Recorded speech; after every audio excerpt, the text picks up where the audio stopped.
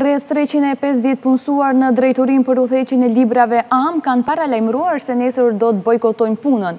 Edhe pse do të jenë të pranishëm në vendet e punës, ata nuk do të lëshojnë asnjë dokument e arsyeja e bojkotit është fakti se sipas tyre institucionet përgjegjëse prej një viti nuk u nënshkruajnë marrëveshjet kolektive që do të i mundsonin rritje të pagave prej 20%. Ata thonë se marrin paga minimale dhe paralajmërojnë se nëse nuk ka rritje, është e mundur edhe një greve e përgjithshme.